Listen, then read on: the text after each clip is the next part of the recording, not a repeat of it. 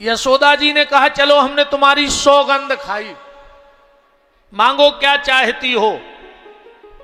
जानते हो दोनों बुआ ने क्या मांगा अपनी भाभी से कन्हैया के जन्म में? कहा भाभी हम लोगों को पायल चाहिए, पायल। यशोदा जी बोली हद कर दी तुम लोगों ने, पायल के लिए इतना सब कुछ। अरे बोल देती मथुरा का सबसे बड़ा स्वर्णकार आता और तुम्हें पायल देता। दोनों बुआ बोली हमें सोनी की पायल नहीं चाहिए। बोले फिर जो तुमने पांव में पहनी है हमें वो पायल चाहिए। यशोदा जी बोली कि पायल है एक जोड़ी, ननदे हैं दो, इनको दे तो इन्हें बुराई, इन्हें दे तो इन्हें बुराई। दोनों ने एक साथ कहा तुम तो दे दो, हम दोनों को बुराई नहीं है। यशोदा जी बोली पर काम के तो किसी की नहीं है। दोनों बुआ बोली हम एक एक पायल बांट लेंगे, पायल दो होती है, एक हम ले लेंगे किसे दे देंगे। यशोदा जी बोली काम के किसी की नहीं, ना तुम पहन पाओगी ना तुम। दोनों बुआ की आंख में आंसू आ गए। कहा भाभी तुम क्या जानती हो, तुम्हारे पांव की पायल हम उपहार में लेके पांव में पहनेंगे? बोले तो, बोले पांव में नहीं पहनेंगे, हम दोनों एक एक पायल लेकर अपने माथे पे रख लेंगे, क्योंकि जिस मां ने भगवान को जन्म दिया है उसके पांव की पायल पांव में नहीं, उसके पांव की पायल तो माथे पे पहनी जाती है। और उसी दिन से, ध्यान से सुनना, उसी दिन से माताओं ने माथे पे बेंदा पहनना प्रारंभ कर दिया। जितने भी श्रृंगार माताओं के हैं उस हर श्रृंगार में कहीं ना कहीं कोई ना कोई कथा जुड़ी है। जो बेंदा लगाती ना माताएं, ये भगवान कृष्ण के जन्म का उपहार है। और मैंने कहीं प्रमाणित तो नहीं पढ़ा है, पर एक संत जी कह रहे थे कि जो संतान सप्तमी का व्रत आता है ना भादों में, उस दिन माताओं को बेंदा जरूर पहनना चाहिए अगर हो तो। अगर बेंदा श्रृंगार का रखा है तो बेंदा जरूर माथे पे लगा के संतान सप्तमी का पूजन करना चाहिए। उससे उनके बच्चों की अकाल मृत्यु जैसा संकट भी टल जाता है। अकाल मृत्यु जैसा संकट भी टल जाता है। कोई विघ्न बाधा, आग पानी, एक्सीडेंट का अगर कोई ऐसा योग चल रहा हो तो माता संतान सप्तमी को। और एक बात और सुन लो, अगर बेंदा ना भी हो तो कुछ भी स्वर्ण की वस्तु सिर पे रख के पूजा करनी चाहिए। कुछ ना हो तो अंगूठी फंसा लो बालों में। स्वर्ण की कोई भी वस्तु अपने सिर पे रख करके और फिर संतान सप्तमी का पूजन करने से बच्चे दीर्घायु होते हैं, लंबी उम्र वाले होते हैं। यशोदा जी ने अपनी पायल अपनी ननद को दे दी। सुखदेव जी कह रहे हैं परीक्षित, पता नहीं चल रहा कि दिन कब हो गया और रात कब हो गई, ऐसा उत्सव मनाया जा रहा है। ना दिन का पता है ना रात का पता है, इतने आनंद में उत्सव चल रहा है। गोपाल गोकुल रक्षायाम, कुछ ग्वालों को गोकुल की रक्षा में छोड़कर नंद बाबा टैक्स जमा करने गए मथुरा। कंस के यहां टैक्स जमा किया और टैक्स जमा करके लड्डू ले गए थे। जैसे ही कंस के सामने लड्डू रखे, कंस ने कहा नंदराज ये लड्डू। नंद बाबा ने हाथ जोड़ के कहा महाराज तुम्हारी कृपा से, तुम्हारे आशीर्वाद से बुढ़ापे में बेटा हुआ है। नंद बाबा ने जो इतना कहा तो कंस बोला जुग जुग जिए तुम्हारा लाल, अपने शत्रु का नाश करने वाला हो, मेरा आशीर्वाद है। कब हुआ है? नंद बाबा ने कहा अष्टमी की रात में कंस को 18,000 वोल्ट का करंट लगा। अब भी हम कह रहे थे कि शत्रु को नाश करवे वारो होवे, जो तो हमीरो मारवे वारो आए। 85 साल की आयु में पुत्र हुआ और अष्टमी की रात में हुआ। इसने तुरंत पूतना को भेजा। पूतना का मतलब क्या है? पूतना का मतलब है अपवित्रता। जिसके घर में अपवित्रता है वही कलयुग की पूतना है। अपवित्रता कौन सी? भोजन की अपवित्रता। आजकल तो हमने देखा लोग भोजन बनाते जा रहे और खाते जा रहे, ये अपवित्रता है। चप्पल पहन के भोजन बनने लगा। एक बार तो एक बहन जी चप्पल पहन के भोजन बना रही थी। हमने कहा क्या कर रही हो बहन? बोले गुरुजी ये पवित्र चप्पल है, पवित्र चप्पल। कौन सी है? पवित्र चप्पल है। हमने कहा तो शाम को घर वाला आए तो सिर में मार देना, 2-4 कहना ये तो पवित्र चप्पल है। चप्पल भी पवित्र होती है। रात्रि में कभी भी घर में जूठा बर्तन नहीं रखना चाहिए, भी अपवित्रता है। क्योंकि रात्रि में देखो 2 चीजों का विशेष ख्याल रखना। संध्या के समय घर का मेन दरवाजा बंद नहीं होना चाहिए। सूर्यास्त के समय आपके घर का जो प्रमुख दरवाजा है वो बंद नहीं होना चाहिए, क्योंकि संध्या के समय भगवान शंकर पृथ्वी के भ्रमण को निकलते हैं। नित्य का नियम है भगवान भोलेनाथ का, संध्या को समय पृथ्वी पे भ्रमण करते हैं। तो सूर्य अस्त के 2-4-10 मिनट इस तरफ उस तरफ मेन दरवाजा खुला रखो। दूसरा, रात्रि में लक्ष्मी भ्रमण पे निकलती है, इसलिए रात्रि में घर में जूठे बर्तन नहीं होने चाहिए।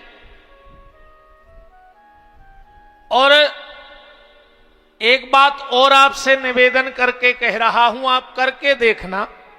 जितने भी लोग बैठे हो, ज्यादा बड़े बड़े नियम हम आपको नहीं बताएंगे, पर सिर्फ इतना नियम बना लो कि जब भोजन करो तो पानी का गिलास दाहिनी तरफ रख के भोजन करो। बस इतना नियम बना लो। जल का गिलास दाहिनी तरफ, लोटा, अब लोटा तो कोई रखता ही नहीं है, इसलिए पवित्रता भी नहीं है। अच्छा एक बात बताओ, जिस गिलास को तुमने मुंह में पानी लगाया, मुंह में लगा के पिया, और उसी गिलास से तुमने हाथ धो लिए, तो क्या तुम्हारे जूठे हाथ मिट गए? आप खुद बताओ। मुंह का पानी है ना, मुंह में तो लगा ही गया गिलास, और उसी से तुमने हाथ धो लिए। हमारे यहां पहले लोटा गिलास अलग रखा जाता था, गिलास से पानी पियो, लोटे से हाथ धो लो। तो मेरा आप देखो, आप घर की लक्ष्मी हो, तो आप ही इतना नियम बना लो कि भोजन करने के बाद गिलास से पानी पीकर और नल के यहां जाके हाथ धोएंगे, क्योंकि आपसे घर चलेगा। एक बात और ध्यान से सुनो, घर बनाना इंजीनियर का और मिस्त्री का काम है। घर कौन बनाता है? इंजीनियर और मिस्त्री। पर घर बसाता कौन है? घर बनाने में और घर बसाने में बहुत अंतर है।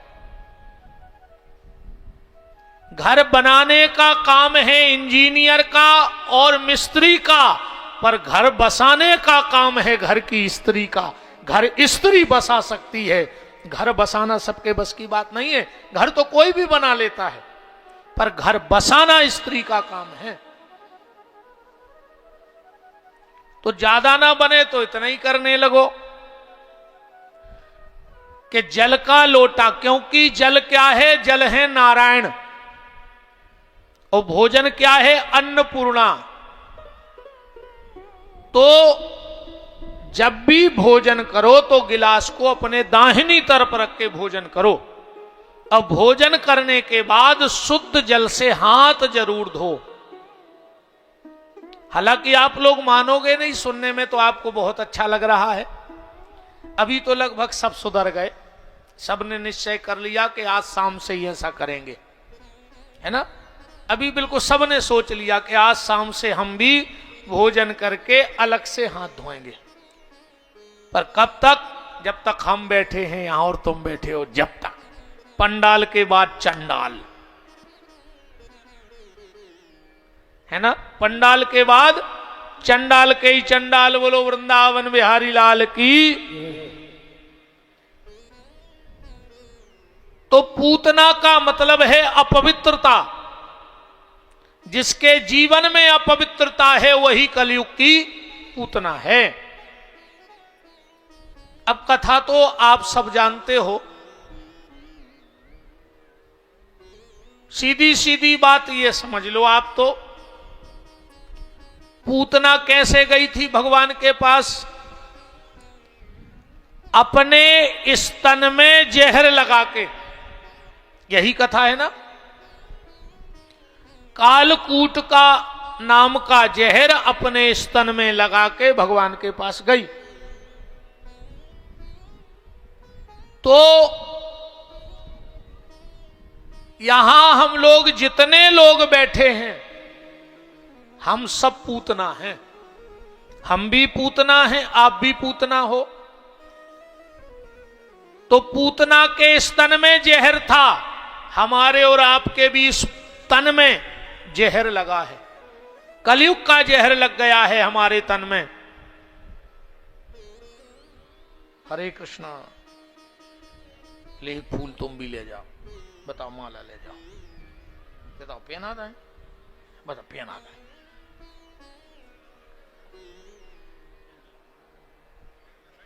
बैठ जाओ, बैठ जाओ। श्री सीताराम जी महाराज की, वृंदावन बिहारी लाल की जय हो।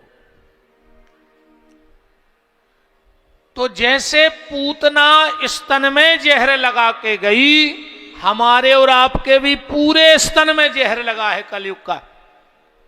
कथा सीधी सीधी है। पूतना कितनी भटकी, पर उसको मुक्ति कहां मिली? जब भगवान के चरणों में गई। ऐसे ही इस जीवात्मा को गति तब ही मिलेगी जब हम भगवान श्री कृष्ण के चरणों में अपने आप को समर्पित कर देंगे। तो हमारा भी कलयुग का जहर अपने आप उतर जाएगा। पूतना गई, भगवान ने उसकी गोदी में जाके और उसके पापों का अंत कर दिया। धड़ाम से पूतना गिर गई, कंस के बगीचे में गिरी।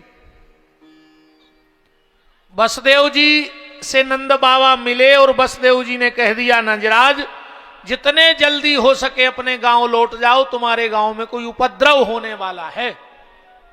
नंद बाबा लौटे, पूतना पड़ी थी और पूतना को टुकड़े टुकड़े करके जलाया गया।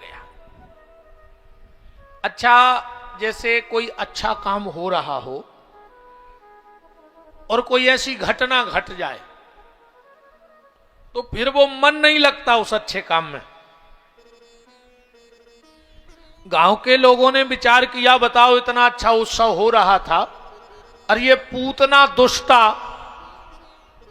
महीना भर बाद आ जाती मरवे, बीच में आ गई तो बुलौई की सीताराम कर दी। अच्छा, छठवें दिन भगवान को मारने पूतना आई है, सातवें दिन बसदेव जी लौटे हैं और उसी दिन उसे जला दिया गया। नंद बाबा जब लौटे तो पूतना को सातवें दिन जलाया गया। गांव में चर्चा हुई, यार बुलौआ कैसे चालू हो गए, बुलौआ चालू करवाने। तो पूरे गांव के लोग इकट्ठे हुए और नंद बाबा तो चले गए थे खीर का गैया लेके, मैया बैठी थी। पूरे गांव के लोग गए, बोले मैया बधाई हो। यशोदा जी बोली काय की बधाई? बोले आज तुम्हारे कन्हैया को जन्मदिन है। कैसे तो बोला हुआ चालू करवाने। यशोदा जी बोली क्यों, तुम लोग हमें पागल समझते हो? इतने जल्दी जन्मदिन कैसे आएगा? गांव के लोग बोले मैया तुम्हारा कन्हैया किस दिन हुआ था? यशोदा जी बोली बुध के दिन। तो गांव के बोले आज बुधवार ही तो है।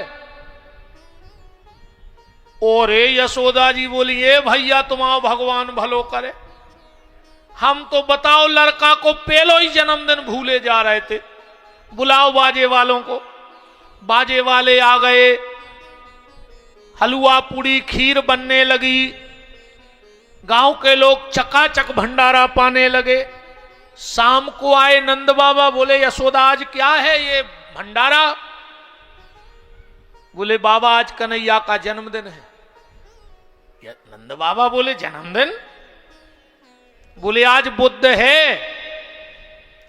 नंद बाबा बोले भगवान महीना में 4 परत हैं। और यशोदा जी बोली हम तो भूल ही गए थे, अब याद रखना। हां बोले अब हम याद रखेंगे। 15 दिन भय गांव के लोग फिर इकट्ठे हो गए। मैया तना तुम्हारे लल्ला खो ले आइयो। यशोदा जी बोली काहे? बोले आज वो को जन्मदिन है।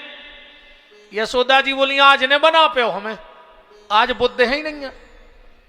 गांव के बोले हमने कहा कि बुध है। बोले फिर? बोले काय मैया अपनो कन्हैया कौन तिथि में भाव? तो यशोदा जी बोली अष्टमी में। गांव के बोले आज अष्टमी तिथि। ए आओ बैठो भैया बैठो। देखो हमें टेंशन में अपने लड़का को जन्मदिन और भूले जा रहे थे। दुआ दो बुलौआ, बुलाओ बाजे वाले। फिर बाजे वाले आ गए, फिर बुलौआ होने लगा। नंद बाबा शाम को फिर आ गए। बोले यशोदा आज क्या है? आज क्या है? बोले आज असली का जन्मदिन है। बोले क्यों? बोले आज अष्टमी तिथि है। नंद बाबा बोले भगवान महीना में 2 पड़त हैं। और यशोदा जी बोली गांव के फिर बना गए हमें। अब याद राखियो 27 दिन हुए, गांव के लोग फिर इकट्ठे हो गए। मैया जन्मदिन की बधाई। यशोदा जी बोली किसका जन्मदिन? बोले तुम्हारे कन्हैया का। यशोदा जी बोली आज ना अष्टमी है और ना आज बुधवार है, आज तुम हमें नहीं बना सकते। गांव के लोग बोले हमने कब कहा कि आज बुधवार है और अष्टमी है? बोले फिर काय का जन्मदिन? बोले क्यों मैया अपनो कन्हैया कौन नक्षत्र में भाव? तो यशोदा जी बोली रोहिणी। अरे बोले आज पंडित जी बता रहे थे कि रोहिणी नक्षत्र है, हमने सोचा तुम्हें बताया है। यशोदा जी बोली आज असली का जन्मदिन है। फिर बाजे बजने लगे, फिर उत्सव होने लगा। सब नाच गान करने लगे कि जियो श्याम लाला, जियो श्याम लाला, पीली पीली पगड़ी और रंग काला। जियो श्याम लाला, जियो श्याम लाला, पीली पीली पगड़ी और रंग काला। ताली बजाते हुए भगवान को बुलौआ आए। ऐसो न हो कि भगवान अगले जन्म में कहूं। समझ गए होंगे आगे की बात। जियो श्याम लाला, जियो श्याम लाला, पीली पीली पगड़ी और रंग काला। जियो श्याम लाला, जियो श्याम लाला, पीली पीली पगड़ी और रंग काला। हरि बोल।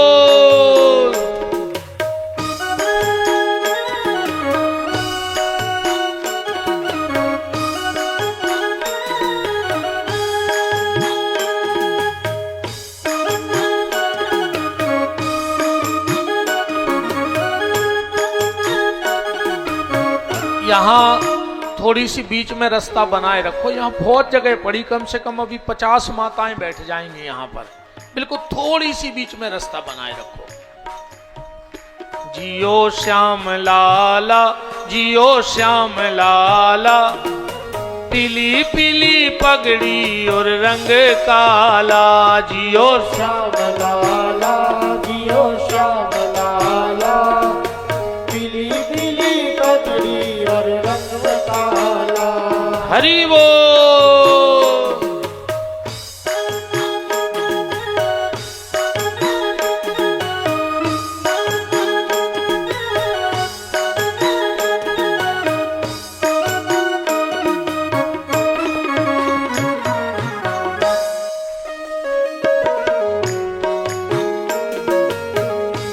सपने में सखी देखे नंद कुमार, सपने में सखी देखो नंद कुमार, सपने में सखी देखे नंद कुमार, सपने में सखी देखो नंद कुमार। सावली सुरतिया मोहनी मूरतिया, सावली सुरतिया मोहनी मूरतिया, सावली सुरतिया मोहनी मूरतिया, सावली सुरतिया मोहनी मूरतिया, लट घुंघरालो हरि वो। सपने में सखी देखो नंद कुमार, सपने में सखी देखो नंद कुमार।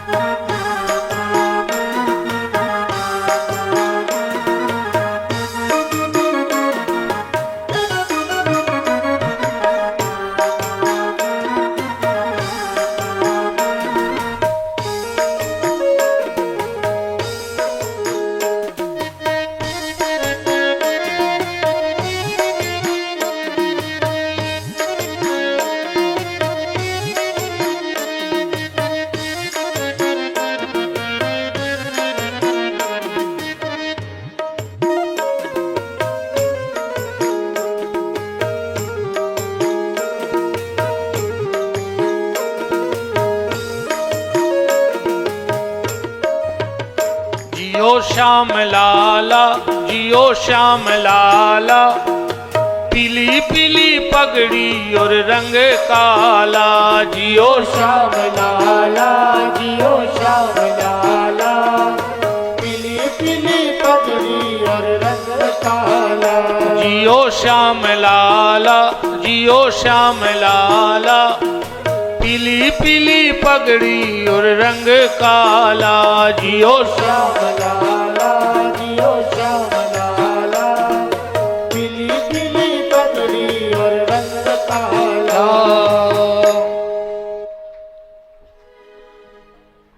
इसके बीच में गर्गाचार्य जी आए, उसके पहले तृणावर्त और सक्तासुर का भगवान ने उद्धार कर दिया। गर्गा पुरोहितो राजन यदूनाम सुमहातपः।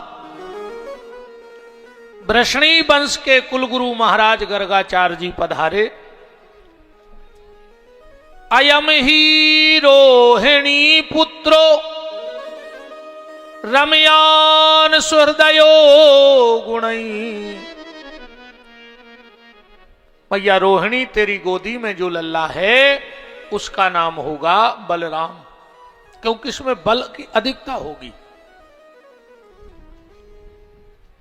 और योग माया के प्रभाव से एक गर्भ से दूसरे गर्भ में गया है, इसका एक नाम होगा संकर्षण। ये अपने कन्हैया को बड़ा प्रेम करेगा, इसलिए इसका एक नाम होगा दयाल। अब नंबर आया हमारे ठाकुर जी के नाम का। गर्गाचार्य जी कह रहे हैं, बहूनि संतानि नामानि रूपाणी च सुतस्ते। मैया तेरी गोदी में जो लल्ला है ना, पृथ्वी में कितने कंकड़ हैं इसकी गिनती हो सकती है, आसमान में कितने तारे हैं इसकी गिनती हो सकती है, पर तेरे लल्ला के नाम कितने हैं इसकी गिनती कोई नहीं कर सकता। ऐसा भक्तमाल जी में आया है, जब से ये धरती बनी है शेषनाग जी भगवान के रोज 1000 नए नाम बनाते हैं, रोज। आज तक कभी शेषनाग जी ने पुराने नाम की पूजा नहीं की है। अब आप लोग हिसाब लगा लेना कि भगवान के कितने नाम हैं, कितने नाम हैं भगवान के, ये अब आप लोग हिसाब लगा लेना। गर्गाचार्य जी कह रहे बहूनि संतानि नामानि रूपाणी च सुतस्ते। पर मैया इस जन्म में इसमें आकर्षण बहुत होगा, इसलिए इसका नाम कृष्ण होगा। इसमें आकर्षण बहुत होगा और समय समय पर इसके नाम आगे बढ़ते जाएंगे, जैसे जैसे लीला बढ़ेगी और इनके नाम अनेक हो जाएंगे। गर्गाचार्य जी कृष्ण बलराम नाम रख के चले गए। यशोदा जी बोली रोहिणी दीदी पंडित जी क्या नाम रख गए? रोहिणी बोली आपको नहीं याद? यशोदा बोली वे तो बहुत कठिन से नाम रख गए। कह रहे थे बलराम गरो सुखचत, कृष्ण जीव नहीं लौटत। बोले क्या करिए? बोले एक काम करो, ये 2 ही नाम एक कागज में लिख के कोनू किताब में रख दो। जब बर दिखाया है, पंडित जी पूछे कि कुंडली को नाम सोपन जो चिटका दे दे, भी पंडित जी को लिखो, अबे तो अपन घर के नाम रख लो। रोहिणी बोली क्या? यशोदा बोली हमने तो रख ले नाम। बोले क्या? बोले बलराम को बलुआ और कृष्ण को कनुआ। प्यार के नाम रखे गए बलुआ और कनुआ। अब और थोड़े बड़े हो गए बलुआ कनुआ।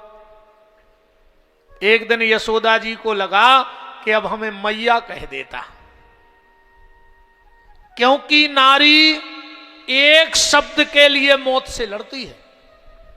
कहते हैं जब माताएं बच्चों को जन्म देती हैं तो उनका पुनर्जन्म होता है।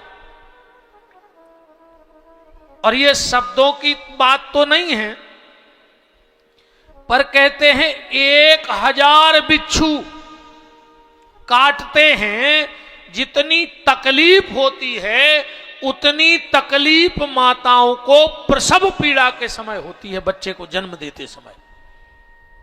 1000 बिच्छू के काटने में जो कष्ट है वो माता को प्रसव के समय कष्ट होता है। फिर भी मां उस कष्ट को हंस के सह लेती है। क्यों? सिर्फ एक शब्द सुनने के लिए कि जब मेरा बेटा या बेटी होगी तो वो मुझे मां कहेगी। एक शब्द के लिए मौत से लड़ती हैं माताएं।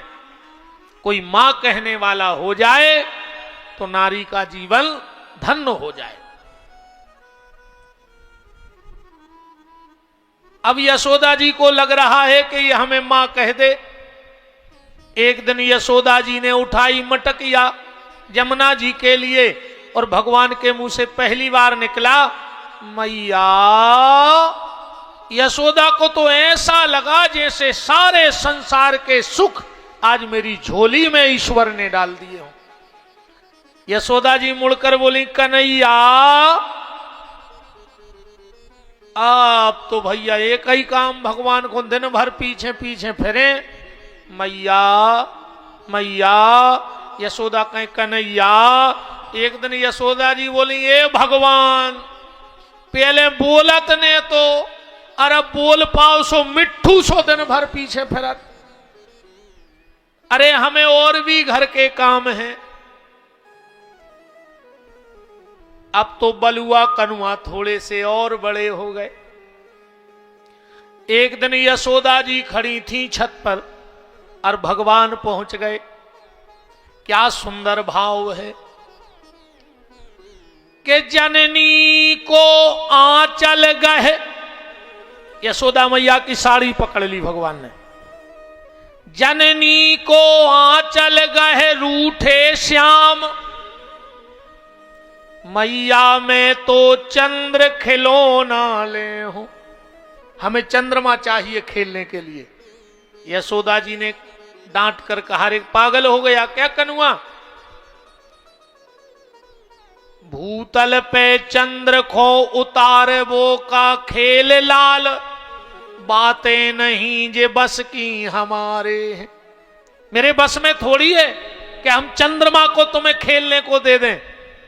तो भगवान का एक कोई रसिक भक्त खड़ा था, मैया से लड़ बैठा। बोले मैया तुम इतनी सी बात पूरी नहीं कर पा रही हमारे कन्हैया की, उनको चंद्रमा नहीं दे पा रही खेल में।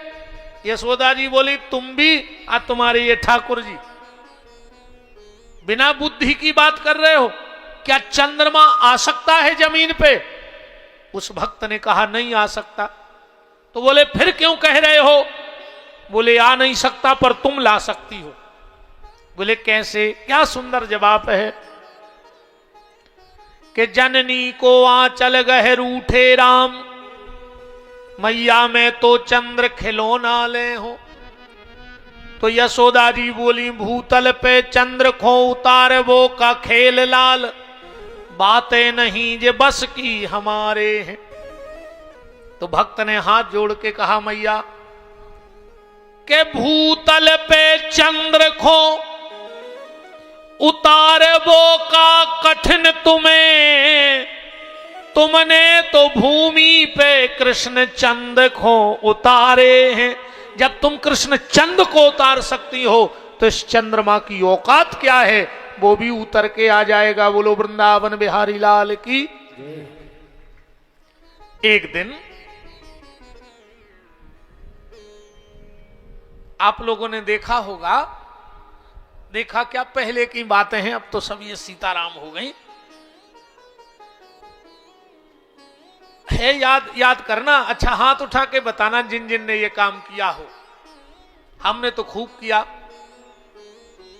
जब हम छोटे छोटे थे और हम ऊधम करते थे घर में और मां को करना पड़ता था काम, तो मां पता है क्या करती थी? चूल्हे की बनाती थी रोटी, और जब देखो कि जो ज्यादा ही परेशान कर रहा हो तो लोई लाई लोई, और दो ही तरफ करी पतरी, और दो ही तरफ से मुरकाई, आगे चोंच बना दी, तई आंगरों पे चिरैया सेंक दी।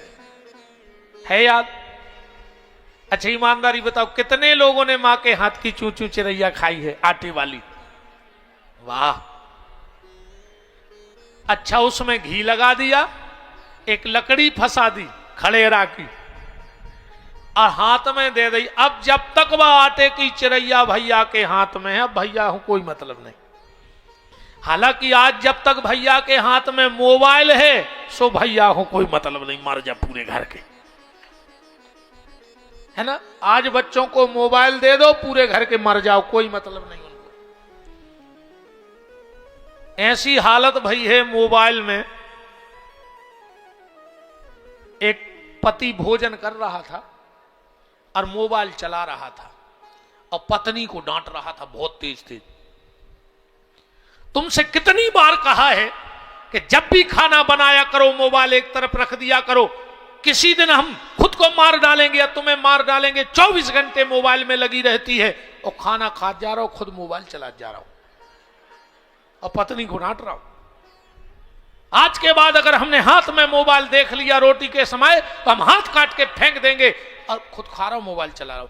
पत्नी आई, बोले हो क्या गया, इतना क्यों चिल्ला रहे? बोले आज तुमने फिर सब्जी में नमक नहीं डाला। घरवाली बोली सो गिलास में डुबो डुबो खाई काहे खो रहा है? वो गिलास में डुबो डुबो खा रहा हो तो कहा वो को भी चित्त मोबाइल। ये हालत है आज के आदमी की।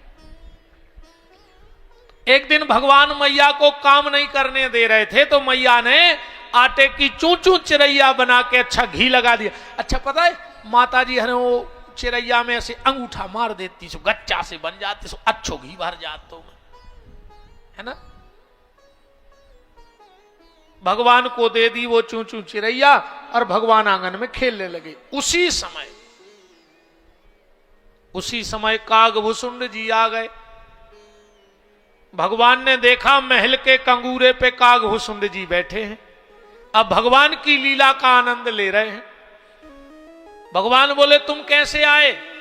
कागभुसुंड जी बोले प्रभु मैंने 21 बार रामा अवतार की जूठन खाई है। आनंद रामायण उठा के पढ़ना।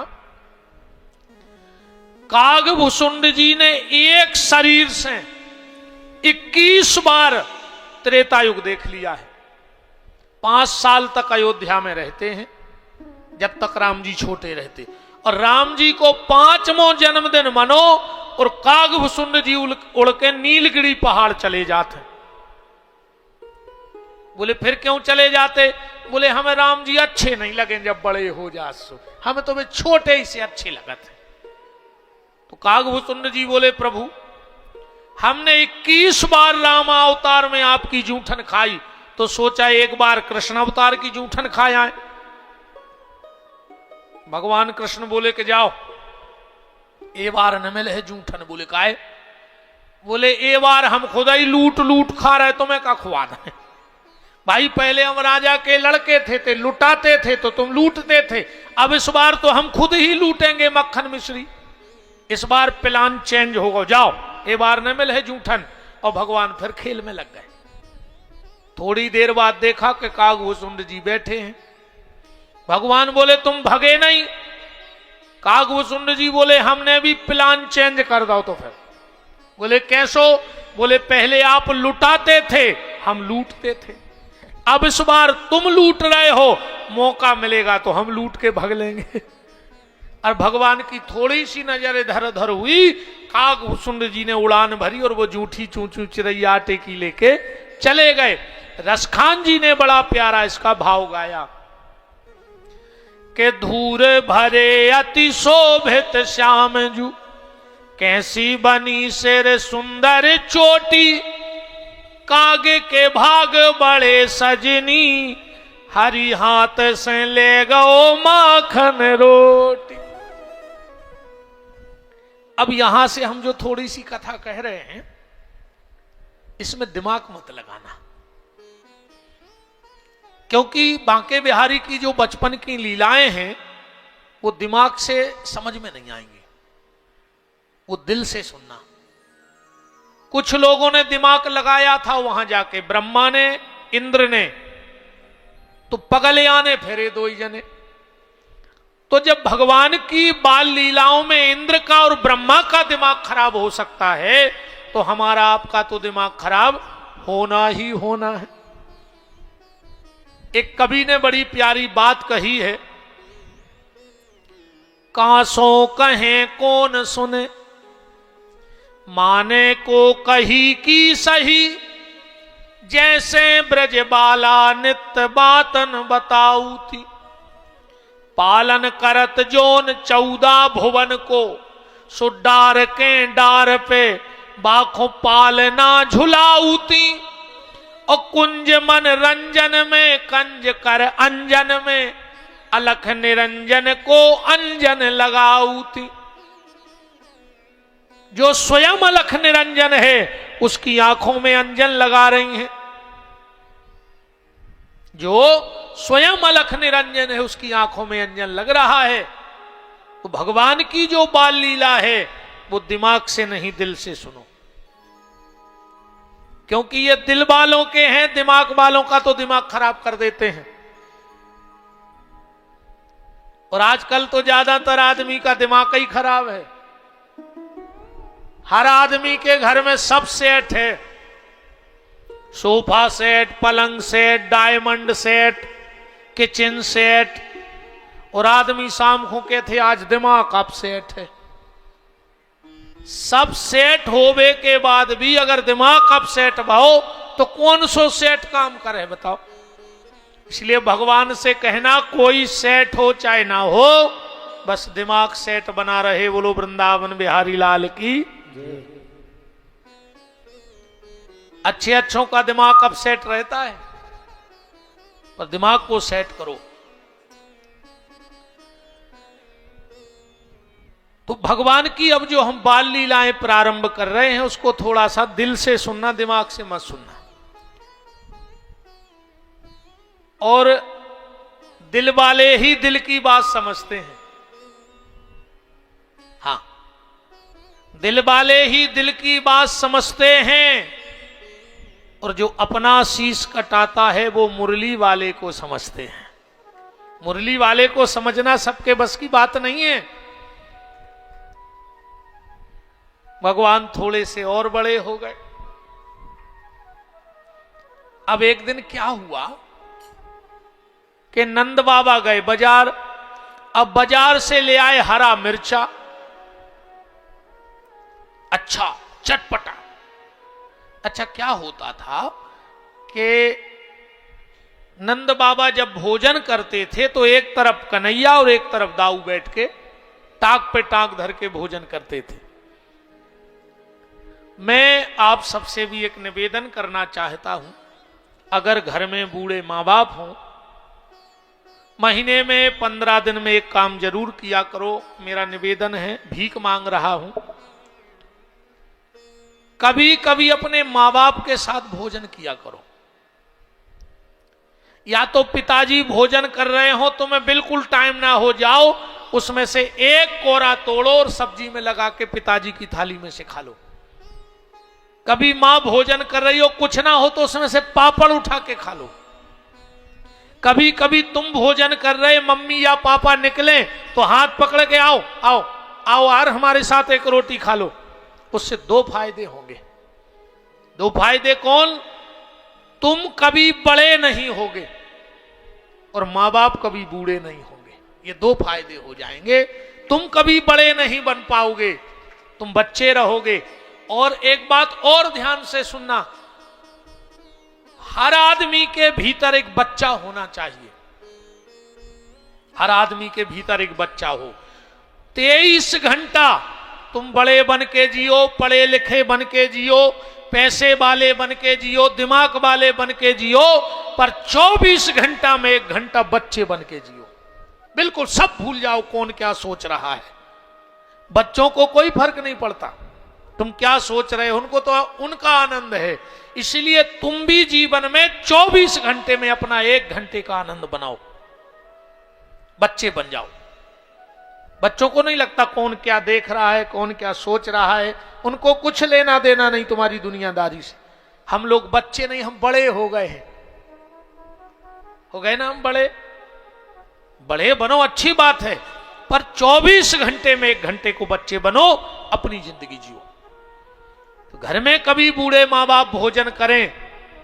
और एक बात और बताएं, पूछना है, बहुत बुजुर्ग बैठे हैं, बूढ़े मां बाप अपनी औलाद से चाहते क्या है? सिर्फ 2 चीजें चाहते हैं। मैं बहुओं से भी निवेदन करना चाहता हूं, मेरी बहनों, अपने सास ससुर को कुछ देना चाहे मत देना, 2 चीजें देती रहना। बस 2 चीजें चाहिए उनको। 2 रूखी रोटी देती रहना। गरम ना दे पाओ, सुबह की दे देना। सुबह की ना हो तो एक दिन बाद की दे देना, कोई दिक्कत नहीं, वो खा लेंगे। अब उनको स्वाद की आवश्यकता नहीं बची है। 2 रूखी रोटी देते रहना बूढ़े सास ससुर, बूढ़े मां बाप को। बस 24 घंटे में 2 मीठे शब्द बोलते रहना, तो फिर उनको तुमसे कुछ नहीं चाहिए, सिर्फ 2 मीठे शब्द बोलते रहना। भोजन करने के पहले इतना, अगर मां बाप हैं, तुम दुकान से, ऑफिस से, कहीं से आए हो, बस इतना पूछ लो, मां तुमने रोटी खा ली? पिताजी रोटी खा ली? बिल्कुल मत खिलाना, बस पूछ लेना। 56 भोग काम नहीं करेंगे जहां तुम्हारे 2 शब्द काम कर जाएंगे। 2 रूखी रोटी और 2 प्यार के शब्द अपने बूढ़े सास ससुर को, मेरी बहनों, बोलती रहना। मैं बिल्कुल विश्वास से कह रहा हूं, पारिवारिक बातें नहीं करनी चाहिए मंच से, पर एक बात आज आपको बता रहा हूं। हम दोनों भाई कथा कहते हैं, ना मैं पढ़ा लिखा हूं ना वो पढ़ा लिखा है। हम दोनों पढ़े लिखे नहीं है, ना काशी गए ना मथुरा गए। भगवान की कृपा ऐसी है कि एक दिन कथा से मौका नहीं मिलता। पर अगर ये हम समझ लें कि ये हमारी काबिलियत है तो नहीं, छोटा समझ लिया उसकी काबिलियत है तो नहीं, ये मेरी मां की मेहनत है। हमारे जो दादा थे और दादी, हम ज्यादा दूर के नहीं, सागोनी पुरेना हमारा गांव है जयश्रीनगर के पास, कभी पता कर लेना। हमारे जो दादा दादी थे 12 साल अंधे रहे, 12 साल खटिया पे पड़े रहे, 12 साल दिखता नहीं था दोनों को। घर की परिस्थिति बहुत बहुत बहुत ज्यादा खराब थी। हमारी मां बीड़ी बनाती थी, गांव में मजदूरी करती थी, और 12 साल खटिया पे हमारे बब्बा बूढ़ी को लेटाए रही, सेवा करत रही। जिस दिन हमारे बब्बा जी जाने लगे तो हमारी मां की गोदी में प्राण छोड़े थे उन्होंने। हम 10-11 साल के थे, हमें थोड़ा थोड़ा याद है। पिताजी की भी गोदी में सिर नहीं रखा था उनने। चंदा नाम है मम्मी का, तो बब्बा बोले कि चंदा हमें तनवोली में सवा लिए बेटा, अब हम आओ जावे को टेम हो रहा हो। गंगा जल डाला, तुलसी दल, और आंखों में अश्रु बहने लगे।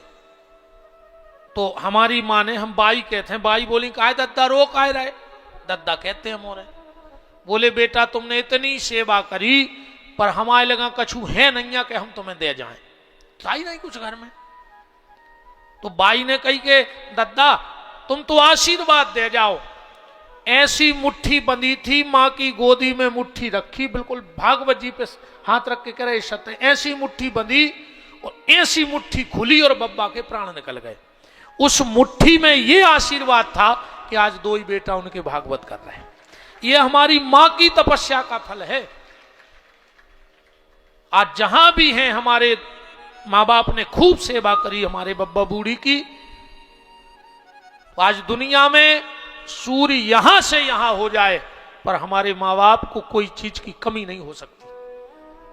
अभी पिताजी हमसे कुछ कह दें या मां कुछ कह दे, होना मतलब होना। आज भी संशय नहीं है, कोई सब जानत कि अगर पिताजी ने कह दी जो ऐसो होने हैं, मतलब फिर में जो नहीं है कि नुकसान है कि फायदा है, कि मन ने पापा ने कह दी मतलब होने हैं। ये मैं आपको बिल्कुल प्रत्यक्ष प्रमाण बैठा हूं सास ससुर की सेवा को। ये हमारी मां ने सास ससुर की सेवा की, उसका फल मिला। मैं अब तुम सब बहनों से प्रार्थना करता हूं, तुम किसी तीर्थ को मत जाओ, कोई व्रत उपास मत करो, कोई दान पुण्य मत करो, कोई कथा भागवत में मत जाओ। बस अगर घर में बूढ़े सास ससुर हैं तो भगवान समझ के उनकी सेवा कर लो। दुनिया में कोई कामना नहीं जो तुम्हारी पूरी नहीं होगी। तुम्हारे घर में श्रवण कुमार का जन्म होगा तो 2 रोटी और 2 प्यार के शब्द अपने बूढ़े माँ बाप, बूढ़े सास ससुर को देते रहना। और न ऐसे कछु नहीं हो, मन धरो कर गया और पूज रही बार गया। पूरे घर को धागा लपेट दो बारियों में। सागर की बारियां बढ़ नहीं पा रही तुम्हारों के मारे। कहूं सोमती अमास पर पाई तो तुम लपेट या हो, कहो 3 गिट्टी हो बारिया में, सुबह माई के माई गंगा से और रह गई। इससे कुछ नहीं होना है।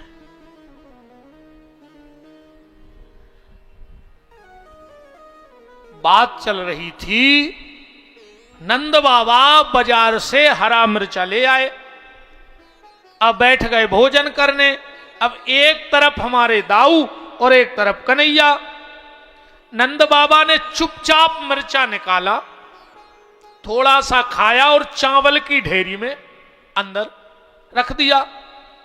भगवान देखते रहे। नंद बाबा भोजन करके चले गए। भगवान मुंह बना के बैठ गए। दाऊ बोले कन्हैया क्या हो गया? भगवान बोले दाऊ आज हमें समझ में आ गई, बेन भलो ने भैया सबसे बड़ो रुपया। बलराम जी बोले तुम जी कैसी बातें कर रहे कन्हैया। अरे बोले जब बाप अपनो नहीं भाव तो दुनिया में को हुई अपनो। बलराम जी बोले ये कैसी बहकी बहकी बातें कर रहे हो। भगवान बोले देखो दाऊ तुम हो भोले भाले, तुम चतुराई दुनिया की जानत नहीं है। आज नंद बाबा हरी हरी मिठाई ले आए थे, इतनी मीठी हती तुमने देखी, तन नक्सी मुंह पे रखते और चावल की ढेरी में खोस देते। बताओ हमें न देते तो न देते, तुम तो उनके बड़े लड़का आओ, तुम्हें तो देने थी। हाँ बलराम जी बोले जा तो गलत बात है। अब भगवान जम आ रहा है दाऊ को, बलराम को जम भी रही। भगवान बोले एक काम करियो दाऊ, कल तुम बाबा को लगा लियो बातों में, हम हरी मिठाई खाए हैं। बलराम जी बोले देखो यार कन्हैया पहले खुल गई थी जा बात, ओ जन्म में तुम बड़े हते राम, हम छोटे कृष्ण, अब ये बार हम बड़े बने तो कम से कम हमें तो खान दो मिठाई। अब भगवान को कौन खाने आए, खावाऊंगे तो बलराम ही खुआए। भगवान बोले पर दाऊ परसों हम खाए हैं ना, तुम बैठ जाओ, बहुत मीठी है वाह। बलराम जी बोले ठीक है परसों तुम खा लियो, कल हम खाएं। भगवान बोले दाऊ सुनो, एक ही कोर में चबा जाइयो और गुटक जाइयो। बोले काहे? बोले इतनी मीठी है कि वो बाबा मोह की चबी चबाई न करवा ले। अरे बलराम जी बोले तुम हमें अभी जानत नहीं है, एक कोर में गटक जे। कल खुनंद बाबा और बड़ो मिर्चा ले आए अच्छो, एक कोर खा के चावरों की ढेरी में के बाल बच्चे ने खा ले में।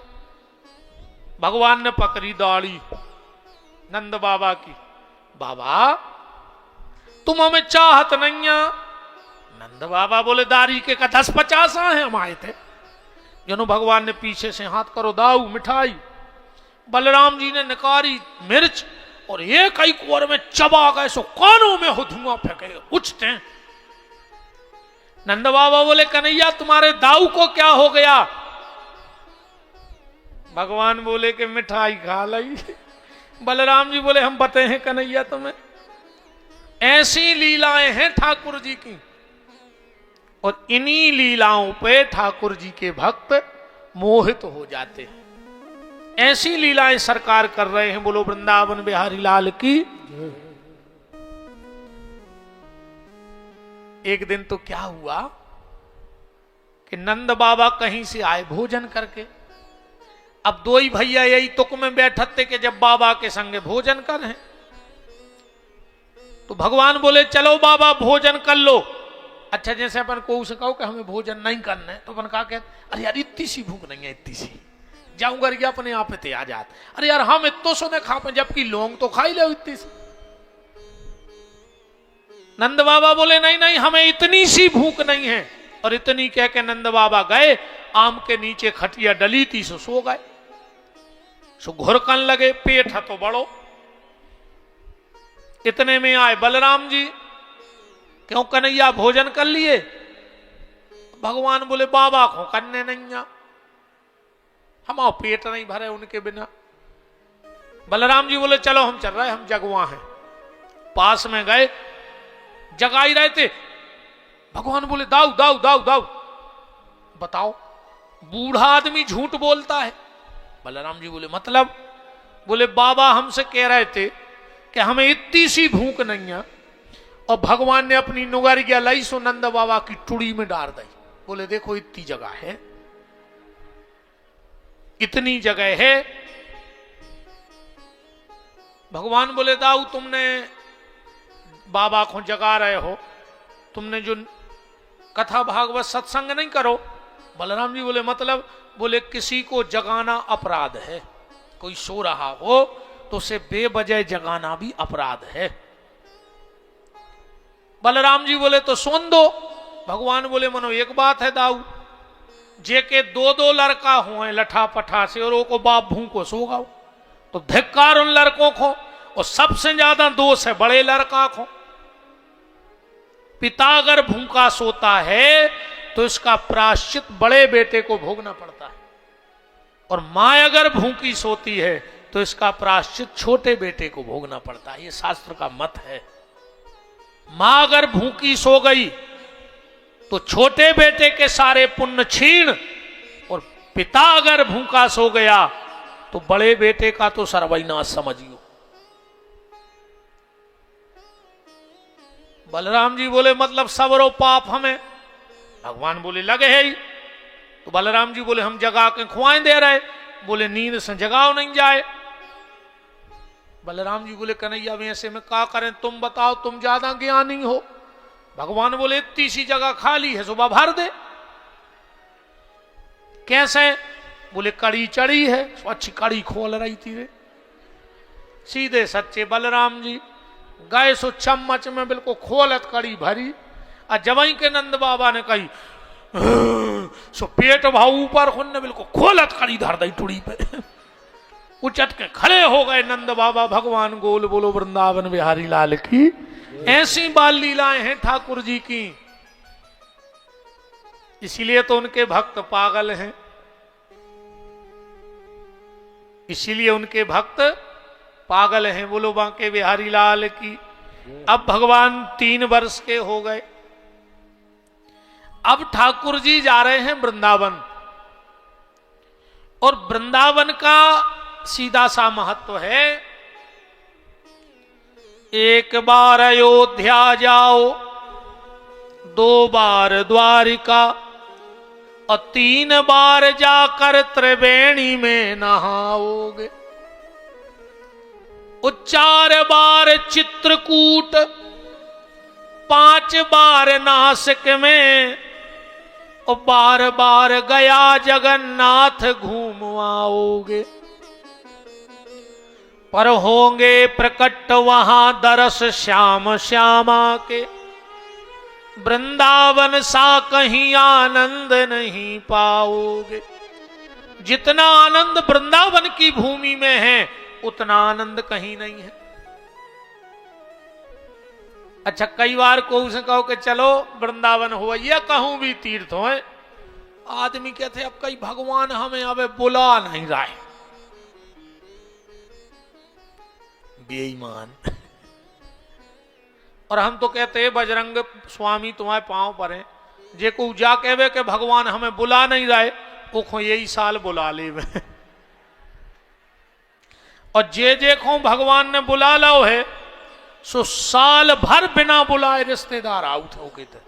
साल भर कबों लड्डू लाए, कबों पुड़िया में गुलाल लाए, अब वहीं कजलियां लेके आए। साल भर रिश्तेदार आउट होके थे। जे को भगवान के घरे बिना ही बुलाए जाएंगे। जे को बुला लो सो माला टंग गई, मर जाओ।